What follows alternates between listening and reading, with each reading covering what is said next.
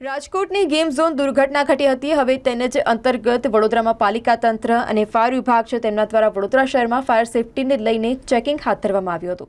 જેને અંતર્ગત આજે ફાયર વિભાગ દ્વારા વડોદરા મહાનગરપાલિકાની વડી કચેરી ખાતે લગાવેલ ફાયરના સાધનોનું ચેકિંગ હાથ ધરવામાં આવ્યું હતું। ફાયરના સાધનો મુકાયા છે ત્યાં રિપ્લેસ અને તારીખ ચેક કરવામાં આવ્યું હતું। સાથે જ આવી જ કામ કરી આખા વર્ષ દરમિયાન તમામ વિસ્તાર અને કમર્શિયલ મોલમાં ચેકિંગ કરે તો વડોદરા શહેરમાં કોઈ મોટી દુર્ઘટના બનતી ટળી જતી હોય છે।